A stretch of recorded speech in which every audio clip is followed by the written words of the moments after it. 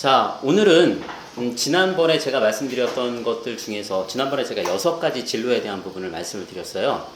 그런데 그 중에서 수능, 아이들 수능에 대해서 굉장히 스트레스 많이 받아 하죠. 그 다음 내신 성적에 대한 부분도 아이들도 스트레스 받아 하고, 그 다음에 부모님들도 스트레스 받아 하시고, 그 다음에 요즘에 고교 학점제에 대한 부분이 이제 지금 고등학교 1학년부터 적용된다고 말씀을 드렸는데, 그 아이들부터 멘붕이죠. 그래서 학생들이 고등학교를 자퇴하는 율이 엄청나게 많이 지금 늘고 있고요. 현재 고등학생들만 자퇴율이 올라가는 게 아니고요.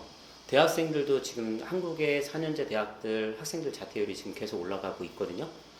그래서 2024년도 통계를 보면 그게 9.8%까지 올랐답니다. 자퇴하는 학생들율이. 그리고 조금 전에 나왔던 학생들은 다 자퇴를 한 번씩 경험한 학생들인데, 그 학생들은 사실은 요 조건과는 조금 괴리가 있어요. 왜냐하면 자퇴하고 조금 더 업그레이드된 학교로 가서 지금 재학을 하고 있는 학생들이에요. 그런데 그 학교를 다니고 있음에도 불구하고 학생들이 이런 조건들의 문제가 있구나, 본인들이 이제 또 사회에 진출할 때 이게 정말 도움이 될 것이냐라는 부분에 대한 의구심을 갖고 있는 게 지금 현실. 한석준 아나운서가 진행하는 지식인 초대석이라는 그 곳이 있죠. 어머님들도 잘 아시고 계실 거예요. 거기에 교수를 가르치는 교수, 그래서 조옥엽 교수님이 나와서 말씀을 하시는데, 그 말씀이 너무 저희가 배울 점이 많아가지고 그 인사이트를 저희가 얻으면 좋겠다라고 해서 제가 유튜브 지식인 사이드 요 내용의 채널을 가지고 와봤습니다. 한번 보시죠.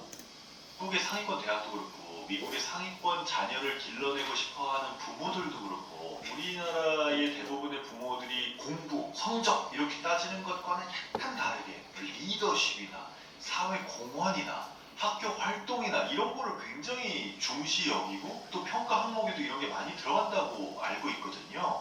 이런 차이는 어디서 오는 건가요? 지금 말씀하신 그런 요소들이 미래 리터러시라고 해요.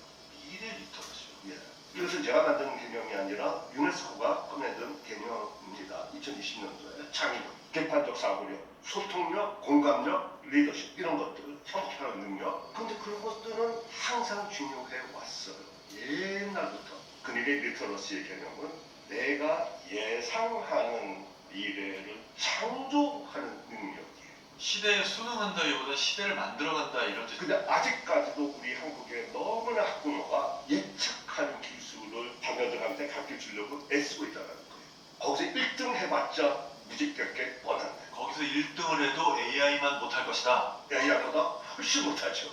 그냥 못하는 것도 아니고 훨씬 못하는 거예요. 또 따라가지 못하는 능력이죠. 거기서 1등은 아이들도. 그러니까 거기서 미래가 없는 거예요. 예상하는 능력이 필요하다는 말씀이 지금 이 영상을 보고 있는 어떤 부모님들한테는 굉장히 큰 좌절을 줄 것 같기도 해요. 왜냐하면 정답이 있는 문제를 푸는 거에 집중하고 그런 걸 해주는 학원을 보내고 있었는데, 갑자기 정답이 없는 세상에 던져놓고 여기서 가장 긍정적인 길을 찾아라 이런 얘기 같거든요. 그렇게 볼 수도 있고, 맞아요. 우리가 모두 다 절망하는 것이 하나 있어요. 우리가 아이들 교육, 또 아이들의 진로, 또 우리나라의 경쟁력 등등을 따져보면은 다들 힘들어하는 부분이 한 곳에 다 모입니다. 이것 때문에 한국에 지금 아이들이 골병 들고 망가지고 있고 학부모의 등허리가 휘고 있다. 그게 입시잖아요.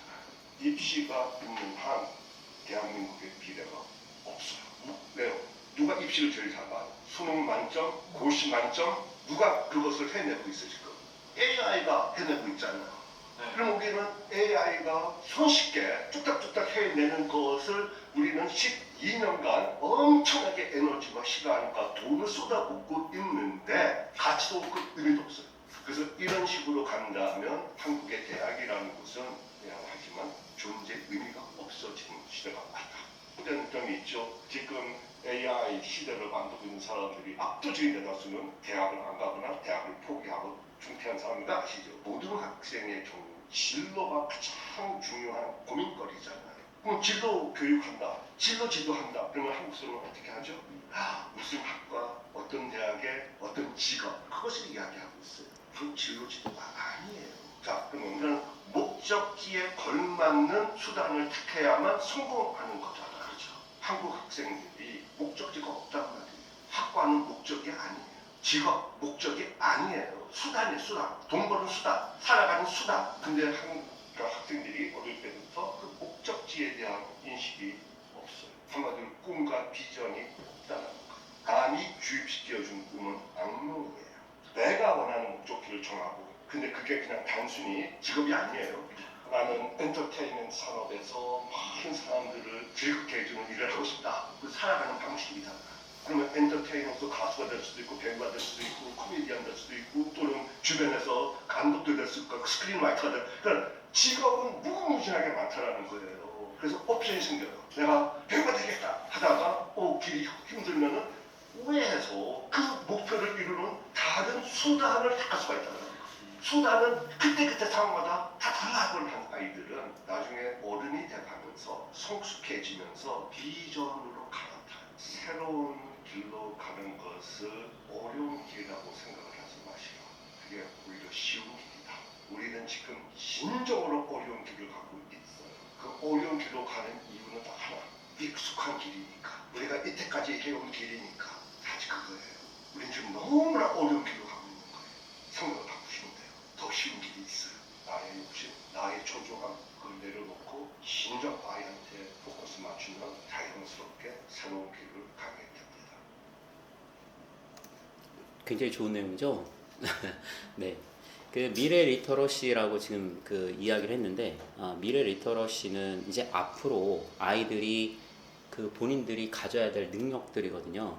그 능력이 어떤 게 있는지 다시 한번 보면 창의력이라고 했고, 비판적 사고력, 그리고 소통력, 공감력, 그리고 리더십, 그리고 협업하는 능력. 요게 이 그 미래 리터러시에 가져야 될 그 역량인데, 이거는 한국 교육에서는 절대로 받을 수가 없는 조건이에요. 네, 이게 이제 대신에 외국에서는, 외국 선진국에서는 모든 교육들이 이렇게 지금도 진행이 되고 있고요. 앞으로도 이렇게 진행이 되면서 글로벌 리더를 만들고 있어요. 그래서 이거를 키우려고 하면, 그래서 제가 말씀을 드리는 게, 방법이 지난번에 6가지를 말씀드렸는데 2가지는 한국 대학을 가는 거를 말씀드렸어요. 첫 번째 2가지가. 그 다음부터는 다른 나라 선진국에 가서 공부를 해보는 기회를 가지면 더 좋겠다라고 말씀을 드렸습니다. 그래서 그게 해외 유학으로 연결이 되는 겁니다. 자, 그러면 이제 유학을 선택해야 되는 이유가 이제 명확해졌죠. 글로벌 인재로 키워야 되기 때문에. 그럼 글로벌 인재의 조건이 뭐냐? 첫 번째, 의사소통 능력입니다. 가장 중요한 부분이에요, 이게. 그래서 의사소통 능력이 안 되면 실제로 그 다음에 와야 되는 것들은 아무것도 진행이 안 되는 부분입니다. 그리고 창의력, 그 다음 비평적 사고 능력, 그 다음 협업 능력, 리더십, 그 다음 글로벌 마인드까지. 이게 글로벌 인재의 기본적인 조건입니다.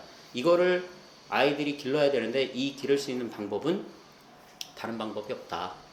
한국에서 본인이 스스로 이거를 공부하고 터득하고 할 수만 있으면 좋은데, 한국 교육에서는 이런 능력을 제공해 줄 수 있는 시스템이 안 되고, 그럼 본인 스스로 그걸 찾기에는 시간이 엄청나게 많이 들어갈 것이다 라는 부분입니다. 그래서 아이들이 이미 갖추어져 있는 곳에서 아이들이 그 내용을 가지고 이 능력을 키운다라고 하면, 그러면 본인들이 충분히 글로벌 경쟁 속에서 본인이 이제 해결할 수 있는 부분이 있다라는 말씀을 드리는 겁니다. 자, 그럼 이제 한국 대학과 해외 대학의 수업 방식의 차이를 한번 보겠습니다. 진짜로 어떻게 차이가 나는지에 대한 부분을 보시면, 한국은 수업 형태가 대규모 강의죠.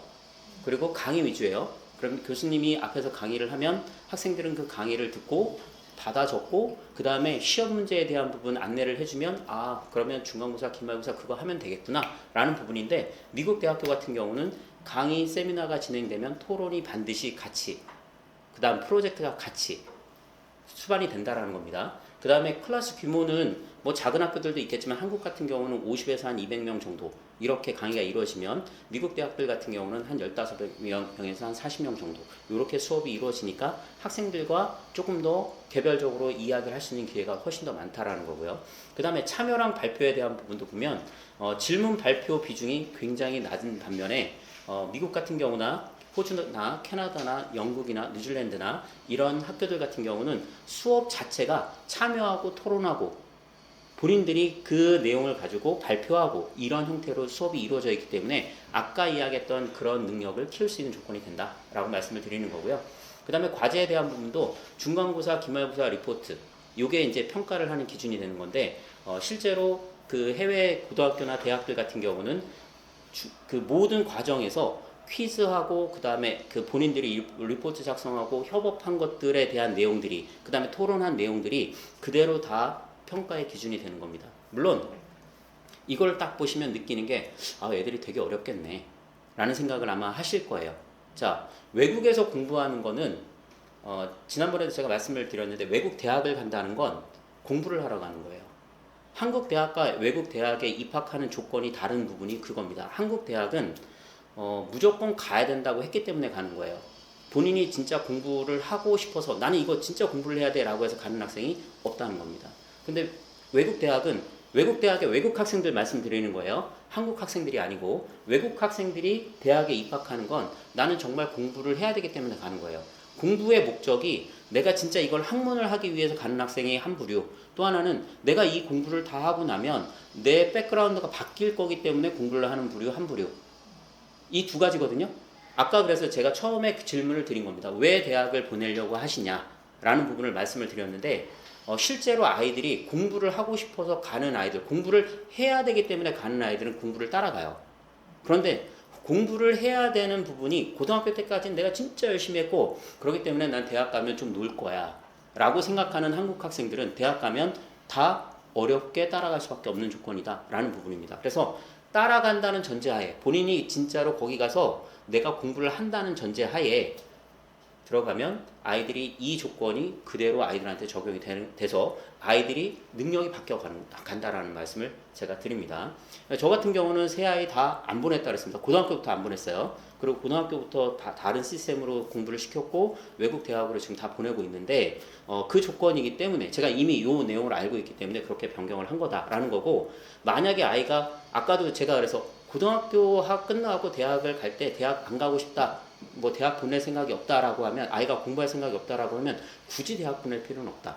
그래서 아까 아버님이 너무 현명하시다라고 제가 말씀을 드렸습니다. 자, 그 다음에 실험이랑 스튜디오라는 부분이 나오는데 이런 부분도 실제로 이제 아이들이 그 모든 그 학업 그 강의에서만 진행되는 것들이 아니고 그 외에 여러 가지 학생들이 실제로 실험하고 그 다음에 참여하고 하는 부분들을 통해서 아이들이 본인의 능력을 키워주게끔 되어 있고, 그 다음에 TA 시스템이 있잖아요. TA가 조교인데 한국도 조교들이 있습니다. 근데 조교들 같은 경우는 그냥 교수님들 서포트하는 걸로 끝나요. 그런데 실제로 해외 대학들 같은 경우는 조교가 같이 협업을 해가지고 학생들이 어떤 토론을 하거나 이럴 때 조교들이 다 참여해가지고 학생들이랑 같이 그 그룹을 이끌어내는 거예요. 그리고 학생들한테 지도를 해주고 이런 것들이 다른 부분이고요. 그 다음에 이제 과제 형식은 시험이나 레포트로 아까 말씀드렸듯이 진행이 되는데, 여기는 에세이, 발표, 포스터, 코딩, 뭐 팀 프로젝트 이런 것들로 해서 학생들이 본인의 과제를 수행을 하고 그 수행을 하는 내용을 가지고 실제로 매번 학생들 평가가 이루어지는 거고, 그 다음에 피드백에 대한 부분도 이제 학생들한테 우리 교수님들 같은 경우는 점수로 그냥 점수화만 해가지고 리포트에 대한 점수로 너 중간고사, 기말고사 리포트 점수, 그래서 전체 점수 이렇게 나오게 되는데, 실제로 해외 같은 경우는 루브릭이라고 해서 시스템에서 학생들 평가하는 기준들이 다 다르게 나와 있습니다. 모든 항목들에 대해서.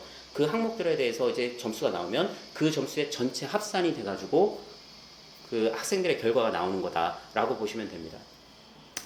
자, 그러다 보니까 이제 차이가 많이 나는데, 그러면 실제로 이제 아이들이 그 해외에서 공부를 하고 한국에서 공부를 하고, 근데 실제로 직업이 그래도 공부를 하고 나면 직업이 괜찮을까? 요즘에 AI가 너무 많이 발달돼가지고 직업이 다 없어진다고 하는데 어떨까라는 부분 고민되실 겁니다. 그래서 제가 세계경제포럼에서 발표한 리포트예요. 거기서 발췌를 해가지고 지금 본 겁니다. 저도 이거 보고 깜짝 놀랐어요. 2025년부터 2030년까지 가장 빠르게 증가하는 직업, 이게 나오는데요. 가장 빠르게 없어지는 직업도 또 있어요. 근데 가장 빠르게 그 증가하는 직업과 늘어나는 직업 수가 얼마냐면 17,900개가 조금 넘더라고요. 직업군 자체가. 그런데 소멸되는 직업군은 9,600개 정도가 되더라고요.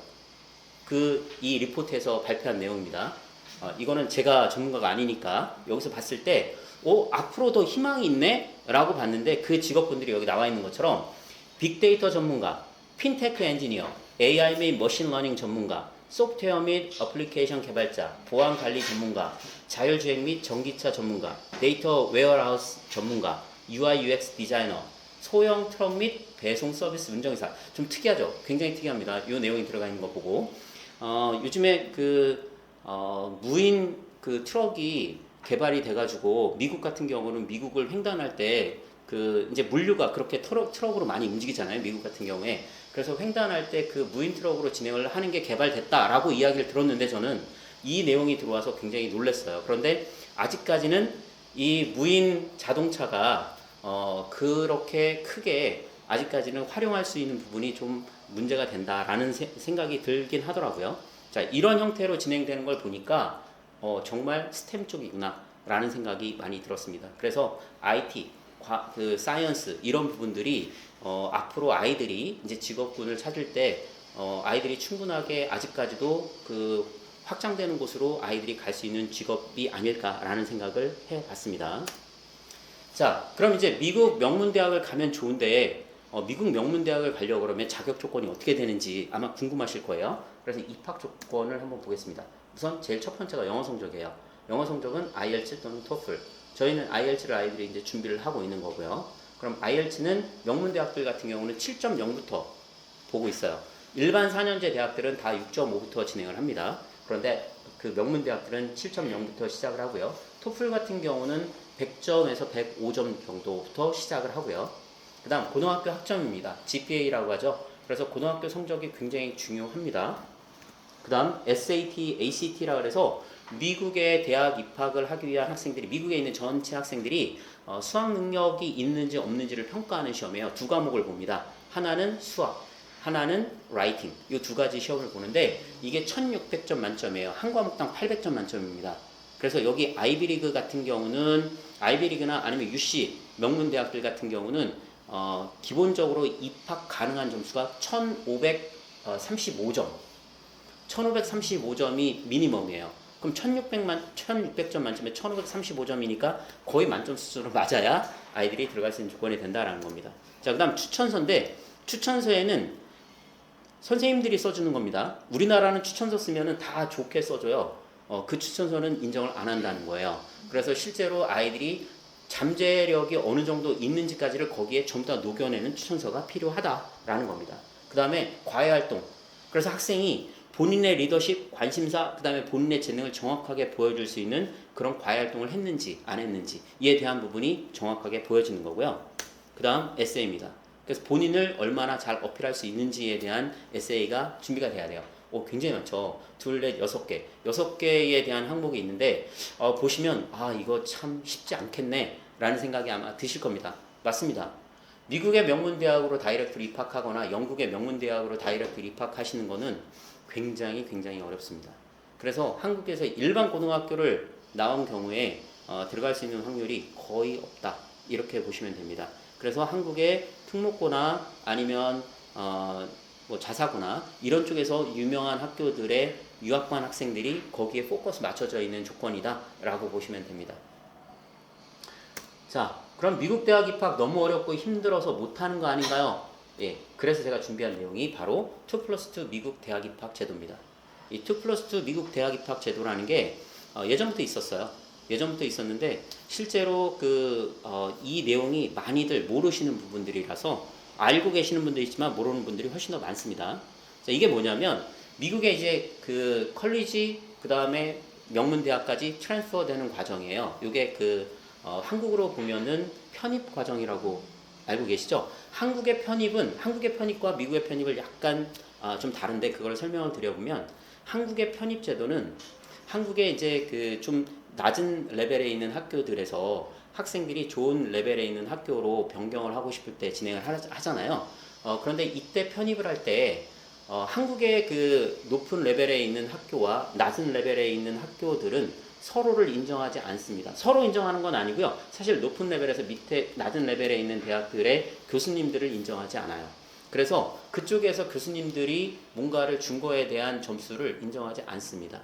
그래서 트랜스퍼 할 때 실제로 조건이 뭐냐면 영어 성적, 그 다음에 몇 학년까지 이수를 했는지, 보통 2년을 이수하고 보통 편입을 진행을 하는데 그 조건으로만 봅니다. 그런데 미국은 컬리지를 공부를 했던 컬리지에서 공부했던 아니면 조금 더 낮은 레벨의 그 대학에서 공부를 했던 상관없이 그 대학교 교수님들은 다 똑같다라고 평가를 합니다. 그래서 거기서 받은 학점은 그대로 인정합니다. 예, 그게 좀 차이가 있습니다.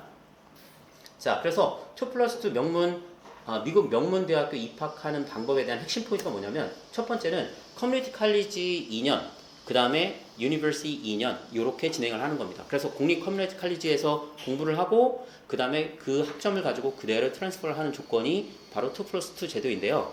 여기 이제 편입이 보장됩니다. 그 주별로 보통 이 편입이 보장되는 게 기본이고요. 그 다음에 주를 떠나서도 받아주는 경우도 많이 있습니다. 그 다음에 학위 취득 결과는 동일합니다. 예를 들어서 제가 트랜스퍼를 통해서 대학을 예를 들어서 그 커뮤니티 칼리지를 갔다가 제가 UC 버클리를 나왔어요. 아니면 UCLA를 나왔습니다. UCLA 너무 유명하잖아요. UCLA를 나오면 그럼 그 학생은 UCLA 학생입니다.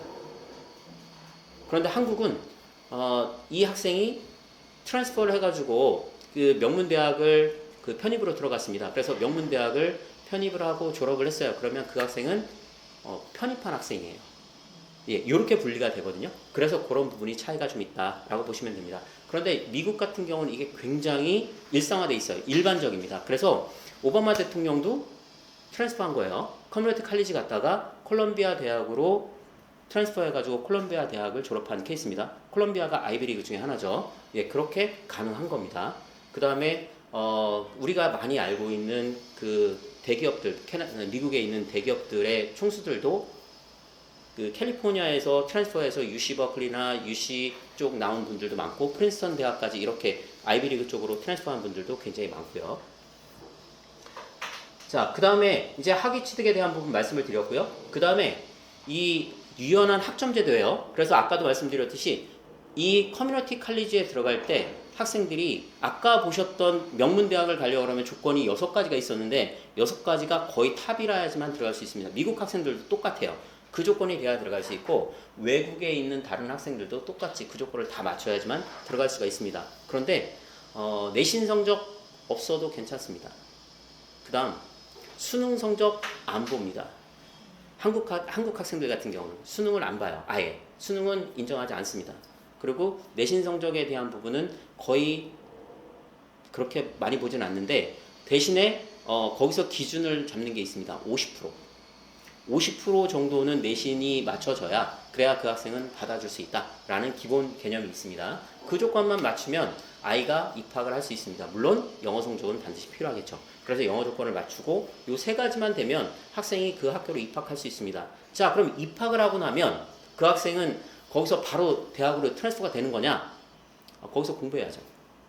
예, 공부해야 되는 겁니다. 그 성적만 가지고 학생이 트랜스퍼가 되는 거니까 실제로 한국에서 공부를 잘 했던 아니면 잘 못했던 상관이 없어요.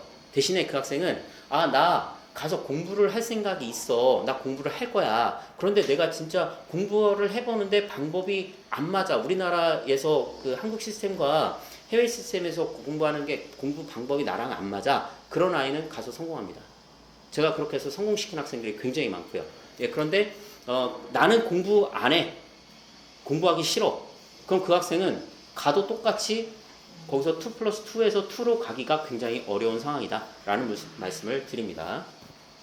자, 그리고 미국 2+2 대학 입학의 가장 큰 장점이 첫 번째는 저렴한 비용이에요. 비용이 굉장히 저렴합니다. 어느 정도까지 저렴하냐면 거의 5분의 1 정도까지 저렴합니다. 예.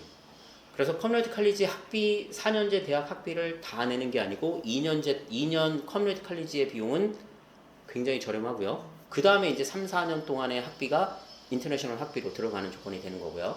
그 다음에 입학 장벽이 굉장히 낮다고 말씀을 드렸죠. 수능 필요 없고 그 다음 내신에 대한 부분이 그렇게 크게 반영을 하지 않고 이런 부분입니다. 자, 그 다음에 명문대학 진학 기회가 확대됩니다. 그래서 명문대학을 다 들어갈 수가 있습니다.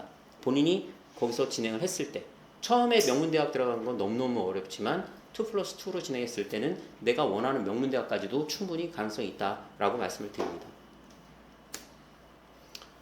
자, 이제 그러면 아마 생각이 되실 거예요. 그럼 도대체 미국 커뮤니티 칼리지는 도대체 어떻게 생겼길래 어떤 학생이 다니길래 우리 아이들이 가서 그렇게 할 수 있다는 거야? 라고 아마 생각이 되실 텐데요. 첫 번째는 미국 커뮤니티 칼리지가 생긴 그 이유를 아셔야 됩니다. 미국에는 대학이 4,700여 개의 대학들이 있습니다. 한국은 300개 정도 대학들이 있고요. 다른 나라, 영국 같은 경우도 대략 한 300에서 400 정도 되는 걸로 알고 있고요. 그 다음에 호주 같은 경우는 한 150개 정도 되는 걸로 알고 있고, 캐나다도 150개 정도 되는 걸로 알고 있습니다. 자, 미국은 우리가 생각했던 것보다 훨씬 더 대학이 많죠. 자, 근데 그 대학들에 이 커뮤니티 칼리지까지 다 포함된 겁니다. 그게 한 4,700개 정도 되는 건데요. 미국은 모든 사람들이 다 교육의 혜택을 받지 못해요. 그런데 미국인들도 굉장히 어려운 사람들 많습니다. 그래서 미국 대학을 갈 때 미국 대학에 돈이 없어서 못 가는 사람들도 굉장히 많습니다. 그런데 사회가 그런 사람들을 구제를 해야 되겠다라고 미국은 사회적으로 만들어 놓은 제도입니다. 그래서 커뮤니티 칼리지예요. 이게 퍼블릭입니다. 공립학교예요. 공립학교를 주에서 만듭니다. 그런 다음에 여기에 오는 사람들은 내가 고등학교를 졸업했는데 직장을 갔어요. 돈이 없어서. 근데 직장을 다니다 보니까 내가 공부를 하고 싶어요. 그런 사람들이 첫 번째로 옵니다. 그럼 그 사람들은 직장을 다니는 사람들이에요. 직장과 학업을 병행합니다. 그래서 그런 사람들이 와서 여기서 공부를 하는 거예요. 이 사람들의 학비는 굉장히 저렴합니다. 굉장히 저렴해요. 아까 제가 여기 굉장히 저렴해요. 인터내셔널 학생들한테 이야기했는데 현지인들은 거의 비용이 정말 저렴하게 학생들이 공부를 하고 있는 거예요. 자, 그렇게 비용이 저렴한데도 불구하고 그 비용도 내가 생활을 하면서 내기가 좀 어려워요. 그래서 그 사람들은 다 본인들이 일을 같이 병행을 합니다. 일을 병행하는 사람들이 70% 이렇게 되는 겁니다. 그 다음 풀타임, 그중에 풀타임이 30% 정도가 풀타임으로 일을 하는 겁니다. 그러면 풀타임으로 일을 하는 사람 또는 파타임이라도 일을 한다. 그러면 일과 학업을 병행했을 때 주경야독이 되겠죠. 그 경우에 정말로 좋은 성과를 낼 수 있느냐? 굉장히 어렵죠. 예, 그게 첫 번째고요. 두 번째, 저소득층이면서 학업을 지속적으로 하고 싶은 사람들이에요. 고등학교를 졸업하는데 저소득층들은 그 대학, 거기도 4년제 대학은 많이 비쌉니다. 그 다음에 사립대학은 또 현지인들한테도 많이 비싸요. 현지인들의 아이비리그 비용이 얼마냐면 4만 불이 넘어갑니다. 4만 6천 불 정도 돼요. 그런데 외국 학생들은 6만 불이 넘어갑니다. 그래서 10,000불에서 15,000불 정도 차이 나거든요. 그러면 현지인들한테도 굉장히 큰 비용이 되는 거예요. 거기 사립학교이기 때문에. 근데 이제 공립학교들이나 아니면 주립대학들 같은 경우는 비용이 한 15,000불 정도 됩니다. 그러면 15,000불 되면 사립대학들보다는 한 3분의 1로 떨어지잖아요. 근데 그것도 굉장히 부담스러운 거예요. 현지인들한테. 현지에서 비용이 저소득층들한테는. 그러면 그 친구들은 그 대학을 가기가 되게 어렵습니다. 그래서 그런 친구들이 학업을 할 수 있는 게 커뮤니티 칼리지입니다. 비용이 그거보다 거의 3분의 1로 줄어버리니까. 그래서 그 친구들이 공부를 합니다. 그럼 이 친구들은 이제 공부를 잘하는 친구들인데 아까 일본에서 말씀드린 것처럼 똑같이 이 친구들도 본인이 학업만 할 수가 없어요. 그러니까 학업이랑 일이랑 병행을 합니다. 그래서 이 친구들도 똑같이 학업과 일을 병행하니까 본인들이 공부는 하지만 그만큼 굉장히 큰 결과를 내지는 못하는 조건이다 라는 거고요. 세 번째는 사회 진출을 위한 보건, IT, 제조 등 이런 기술 자격증을 본인들이 더 필요로 하는 사람들이 와서 공부를 하는 거예요. 미국 현지인들 이야기하는 겁니다. 미국 현지인들은 이런 조건으로 공부를 하는 사람들이 와서 공부를 하다 보니까 우리 학생들, 외국 학생들은 미국의 대학을 진출하고 미국에서 공부를 하기 위해서 간 건데 내가 공부를 할 수 있는 조건이 조금 미흡하고 그런데 공부는 할 의지는 충분히 있고 나는 공부에 집중할 수 있고 이런 학생들이 가는 거거든요. 그리고 한국 아이들은 본인이 하겠다는 생각으로 전환이 되면 똑똑하잖아요. 그래서 수업을 따라가는 게 큰 문제가 없습니다. 언어가 완벽하게 돼 있는 상태에서. 그러면 학생들이 현지인들과 경쟁을 했을 때 그 경쟁에서 우위에 올라간다라는 겁니다. 그래서 성적이 잘 나와요. 그래서 그 성적을 가지고 학생들이 트랜스퍼가 됩니다. 자, 요게 그 대학들 중에 한 대학에서 웹사이트에다 올려놓은 비용 비교입니다. 이게 뭐냐면 유니 오브 캘리포니아 UC 계열 학교들이 63,000불 정도 되거든요. 이게 인터내셔널 학생 비용이에요. 1년 비용입니다. 그 다음에 유니 오브 미시간 같은 경우는 굉장히 유명한 애나버 대학인데 여기가 61,000불 정도 됩니다. 그 다음에 유니 오브 워싱턴, 이게 이제 그 워싱턴주 시애틀에 있는 UW라고 하는 대학인데 여기도 주립대학인데요. 여기가 46,000불 정도 돼요. 그런데 커뮤니티 칼리지 대학 학비가 외국 학생 비용이 12,000불입니다. 그러니까 실제로 비용 차이가 굉장히 크잖아요. 아까 한국의 대학생이 무슨 이야기를 했냐면 내가 사립대학교 다니는데 학비를 450만 원, 한 학기에 450만 원 내요. 그런데 학교에서 아무것도 안 해주잖아요. 교수님이 너 직업에 대한 부분 네가 신경 쓰지 마 라고 이야기했다고 하잖아요. 그러면 한국에서 대학을 다니는 게 사립대학 다니는 게 900만 원이에요. 학비만. 그럼 나머지 비용들 또 추가적으로 내는 비용들 하면 거기도 거의 한 1000만 원 정도 들어간다는 겁니다. 근데 여기 12,000불이면 한 1,500만 원 정도 되는 거거든요. 비용 차이가 그렇게 크지 않은 비용으로 학생들이 미국에서 공부할 수 있는 조건이 바로 이 2+2 커뮤니티 칼리지에서 공부하는 내용입니다. 자, 그러면 미국의 2+2로 진학을 할 수 있는 학교들 중에 가장 대표적인 학교가 어디냐면 UC 계열 학교예요. 동부에 있는 사립학교들, 그래서 전 세계 명문대학교 하면 아이비리그라고 먼저 이야기하잖아요. 제가 저희 학원을 오픈할 때 저희 학원 그 교실들 이름을 전부 다 아이비리그 그 이름으로 다 만들었거든요. 이게 아이비리그가 9개 대학이에요. 그래서 하버드부터 시작해서 전부 다 그걸 만들었어요. 2007년도에. 우리 학생들이 이 꿈을 갖고 한번 가보면 좋겠다라는 생각으로 만들었다고 했습니다. 서부에 캘리포니아 쪽에 있는 명문대학, 그래서 서부의 아이비리그가 UC 계열이에요. 그래서 이게 10개 대학이 UC 계열 학교들이에요. 이 UC 계열 학교가 굉장히 랭킹이 높은 대학들입니다. 그래서 현지에서는 한국에서든 현지에서든 외국에서든 들어가기가 다이렉트로 들어가는 건 너무너무 어렵습니다. 그런데 이 UC 계열의 2+2 하면 개런티가 되는 프로그램들이 바로 이 2+2 제도예요. 자, 이제 명문대학들 그러면 진짜 그게 명문대학 맞아? 라고 아마 궁금해 하실 겁니다. 그래서 제가 QS 랭킹에서 보는 거를 제가 한번 보여드릴게요.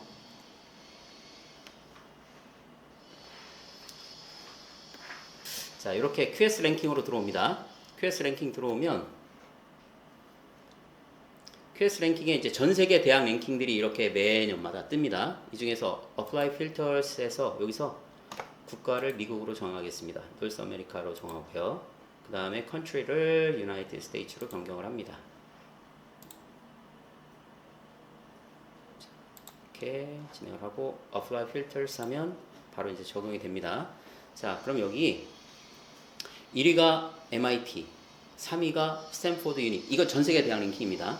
그 다음 5위가 하버드 유니, 그 다음에 10위가 칼텍이에요. 캘리포니아에 있습니다. 그 다음에 UC, University 시카고, 그 다음에 유니 오브 펜실베이니아, 코넬 대학교, 그 다음 UC 버클리, 17위, 전 세계 대학 랭킹 17위에 들어와 있죠. 원래 UC 버클리가 보통 한 4위, 5위 정도 되는 대학이에요. 그런데 지금 이제 해마다 이게 학교에서 얼마나 투자를 했는지 아니면 다른 학교들이랑 경쟁해서 얼마나 이 지표가 올라갔는지 안 올라갔는지에 대한 부분인데 이렇게 지금 올라오고 있는 대학들입니다. 예일 대학교, 그 다음 존스 홉킨스 대학. 존스 홉킨스 같은 경우는 여기가 의대로 굉장히 유명한 대학이고요. 그 다음 프린스턴 대학, 이것도 아이비리그 중에 하나죠. 그 다음 컬럼비아 대학, 아이비리그고요. 노스 웨스턴 유니, 요거는 그냥 일반 사립대학입니다. 굉장히 유명한 대학이고요.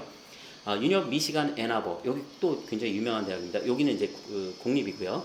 UCLA, 여기 알고 계시는 거고요. 카네기 멜론도 있고요. 그 다음 뉴욕 유니, 그리고 듀크 대학,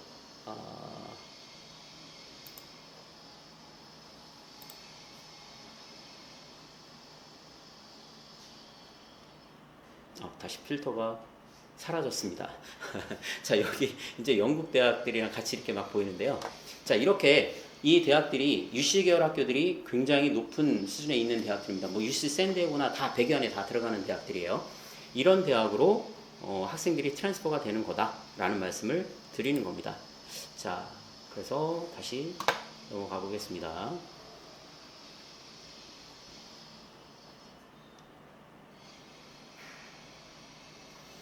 자, 그 다음 여기도 그냥 바로 봐야 되겠네요. 자, 그러면 지금 이제 어머님들이 보신 게 UC 계열 학교들은 정말 명문 대학이다 라는 걸 보셨습니다. 자, 이 명문 대학에 그러면 진짜로 받아주는 게 맞아? 이게 2+2로 해서 진짜로 받아줘? 라는 게 아마 궁금하실 거예요. 진짜 그 조건으로 되는 거야? 라는 부분을 여기서 보는 겁니다.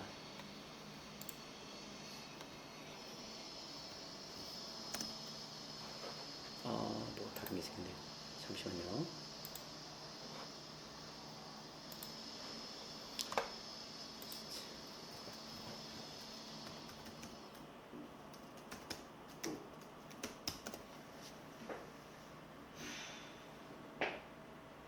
자, 이게 어시스트라고 해서 미국의 이제 캘리포니아 쪽 먼저 말씀을 드리는 겁니다. 이 캘리포니아 쪽에 2025, 26, 요게 2025, 26은 아직 업데이트가 안 돼가지고 2024, 25년 걸로 나오게 될 겁니다. 자, 인스티튜션이 여기 나와 있습니다. 진짜로 커뮤니티 칼리지에서 UC 계열 학교나 CSU 학교, CSU는 캘리포니아 스테이트 유니들이거든요. 이쪽 학교로 트랜스퍼가 되는 게 맞아? 라고 하는 건데 여기 보면 이 대학들이 전부 다 커뮤니티 칼리지들입니다. 여기서 다 가능한 거예요. 그 중에서 가장 많이 보내는 학교가 어디냐면 산타모니카 칼리지, 그 다음에 디엔자 칼리지예요. 그 다음 디아블로라고 있는 거고요. 디엔자를 한번 보겠습니다. 저는 그 UC 계열 학교들 중에서 제가 가장 높게 치는 학교가 UC 버클리거든요. UC 버클리가 샌프란시스코에 있고 거기가 실리콘밸리가 있는 곳이잖아요. 그래서 실제로 실리콘밸리에서 가장 많은 학생들이 취업하는 곳이 UC 버클리예요. 그 다음 UCLA 이렇게 돌아가는데요. 그래서 UC 버클리를 가장 많이 보내는 학교가 디엔자 칼리지입니다. 그래서 여기 보면 쭉 나와 있죠. 학교들, 대학들입니다. 여기가 다 이제 어그리가 되어 있는 곳들이에요. 그럼 이 중에서 UC 계열 버클리로 한번 보겠습니다.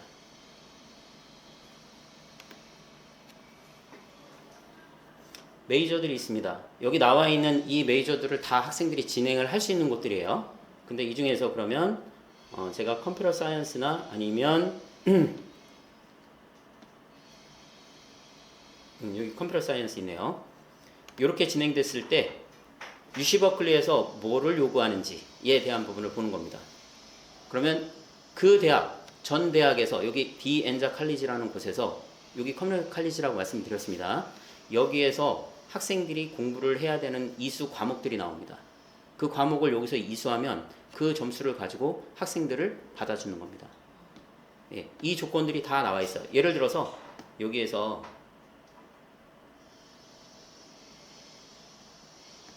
학교를 바꿔보겠습니다. 예를 들어서 미국의 UCLA로 한번 바꿔보겠습니다. 제가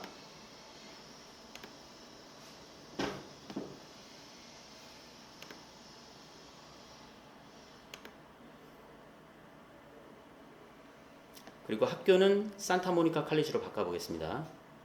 산타모니카 칼리지. 이게 그 LA 공항 바로 옆에 있습니다. 이 학교는. 그러면 여기 같은 경우는 UCLA 쪽을 많이 보내요. UC 버클리도 많이 보내고. 그럼 여기서 UCLA를 한번 클릭해 보겠습니다.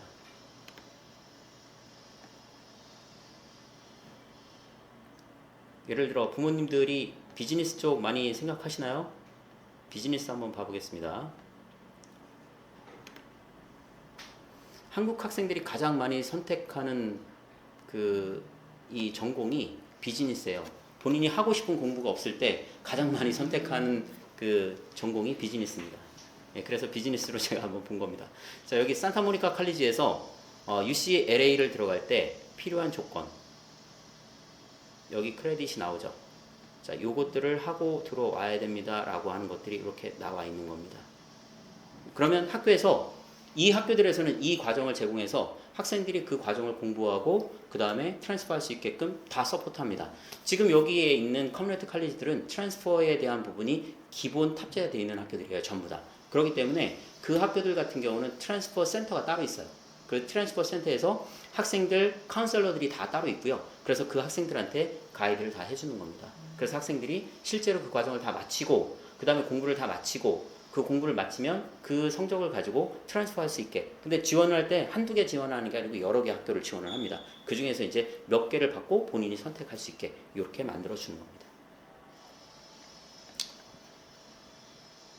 자, 여기까지 제가 말씀을 드렸습니다. 그래서 지금 이제 2+2로 해서 실제로 그게 대학 진학하는 게 가능한 거구나. 그 다음에 그 대학에서 그 컬리지에서 실제로 유니버시티로 가는 게 이게 모든 것들이 다 그 루트대로 가는 거구나 라는 걸 직접 보셨습니다.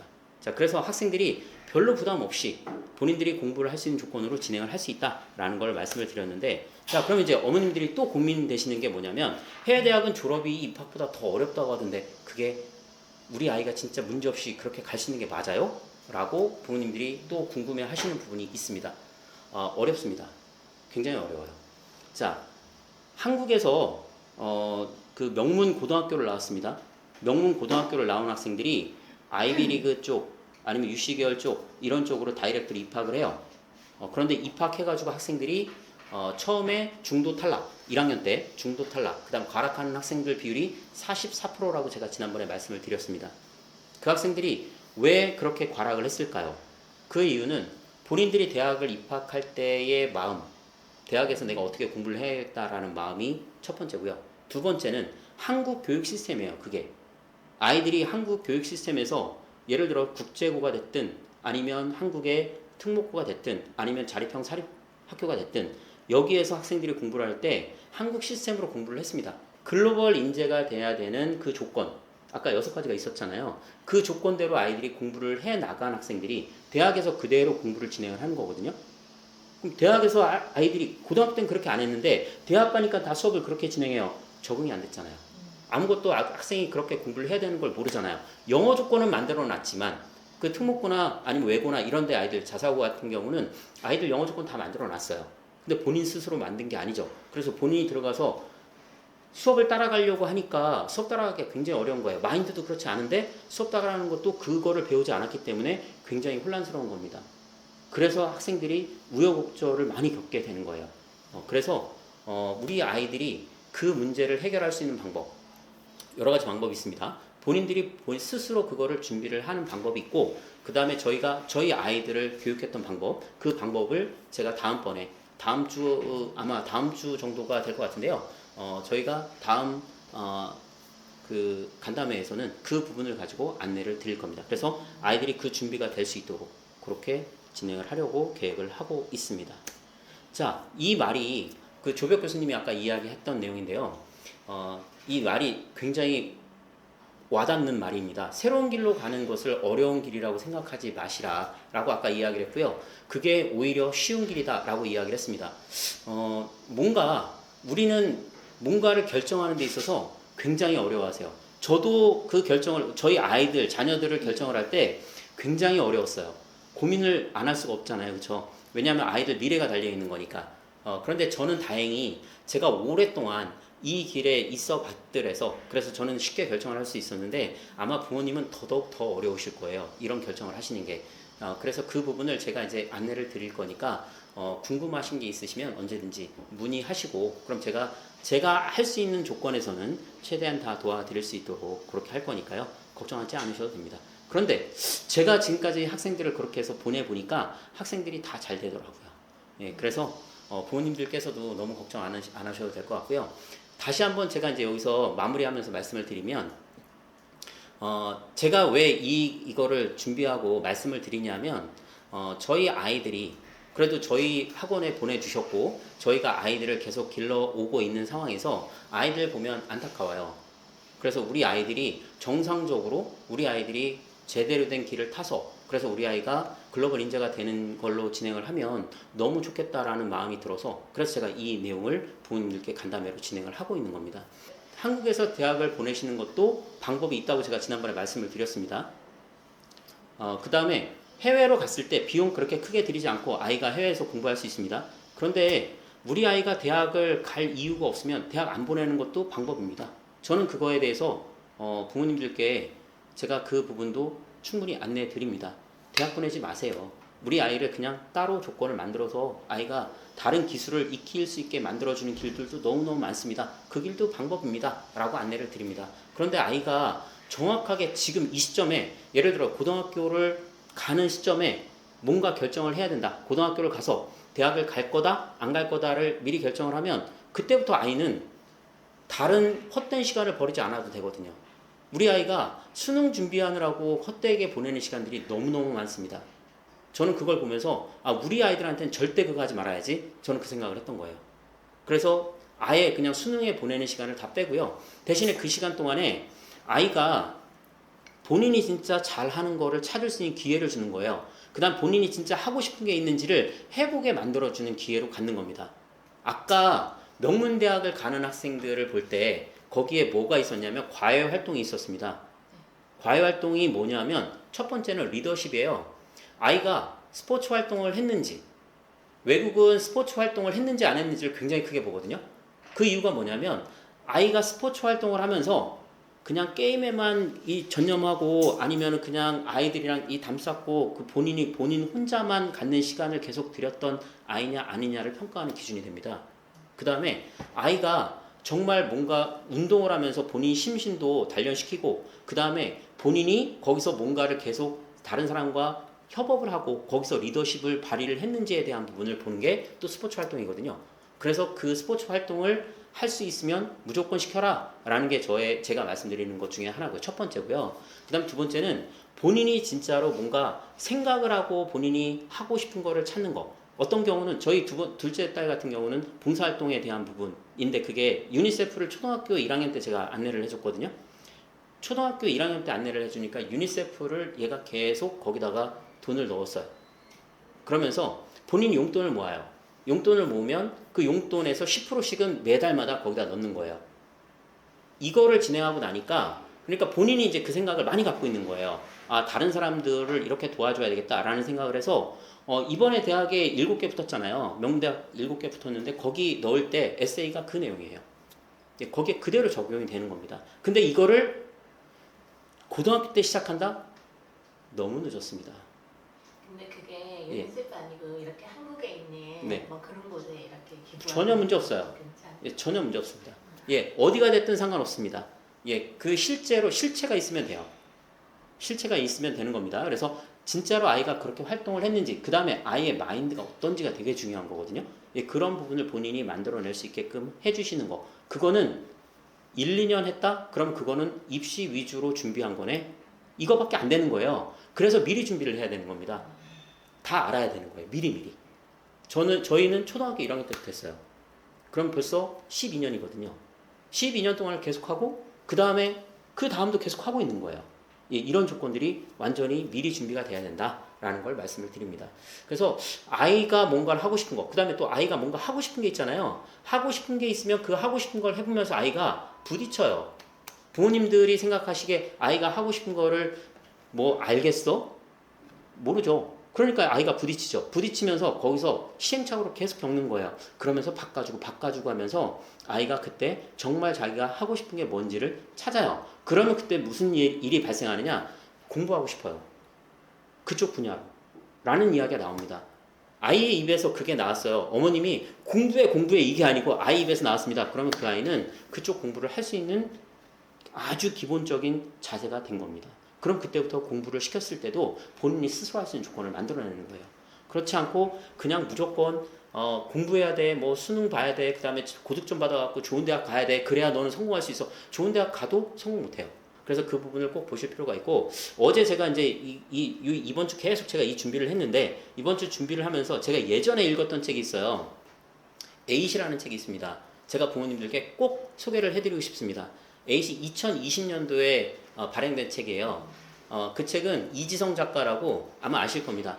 이지성 작가가 쓴 책 중에 리딩으로 리드하라는 책이 예전 책이었고 그 다음에 나온 책이 에잇이었습니다. 그 에잇을 제가 그때 읽고 완전히 너무 쇼킹했어요. 그러면 2020년도에서부터 지금까지면 5년이 지났잖아요. 5년이 지났는데 그 작가가 그 책에서 이야기한 내용들이 그대로 다 똑같이 진행되고 있는 겁니다. 그게 미래의 우리 아이들 교육에 대한 내용이거든요. 이게 시간이 지났다고 그 책 내려놓지 마시고 꼭 한번 사서 보시기를 제가 적극 추천을 드립니다.